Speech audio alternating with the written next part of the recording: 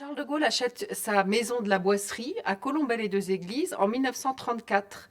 Ça n'est pas la région où il est né. Lui, il est originaire du nord de la France et il a vécu à Paris. Et il cherche un endroit pour regrouper les siens, pour avoir un lieu où retrouver sa famille, lui qui est officier et qui voyage selon les régiments dans différentes régions de France. Cette boisserie, c'est le lieu par excellence de son intimité. C'est un lieu qui ressemble à l'intimité du général de Gaulle, puisque c'est un lieu clos, c'est un lieu isolé, c'est un lieu qui est à l'abri des regards, et surtout c'est un lieu qui est plongé dans la nature, qui est au milieu des arbres. Il n'y a pas, à part le petit village, il n'y a pas à l'horizon d'autres habitations humaines.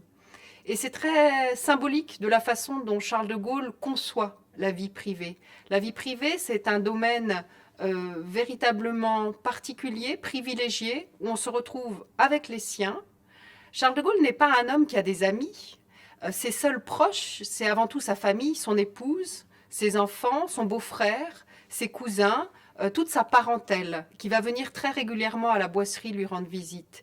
Et à la Boisserie, on découvre un autre homme. Ça n'est plus l'officier ou le chef d'État par la suite. C'est avant tout le père de famille, le grand-père qui aime recevoir les siens, qui est aimable, qui est quelqu'un de très bonhomme, qui aime rire, qui aime plaisanter avec les siens.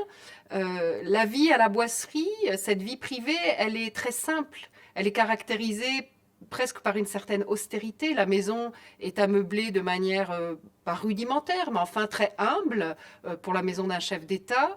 Et puis on vit simplement. On prend les repas à heure fixe, hein, c'est un rituel important dans la famille. Les activités sont également des activités simples, soit en rapport avec la nature, on va se promener, soit avec la lecture, on se promène dans les livres, on se promène dans la culture et dans la connaissance. C'est ce qu'aime faire Charles de Gaulle quand il est dans sa vie privée. Et également pour lui, c'est l'endroit où il peut se replier pour réfléchir dans son bureau, pour écrire et pour penser aux destinées de la France.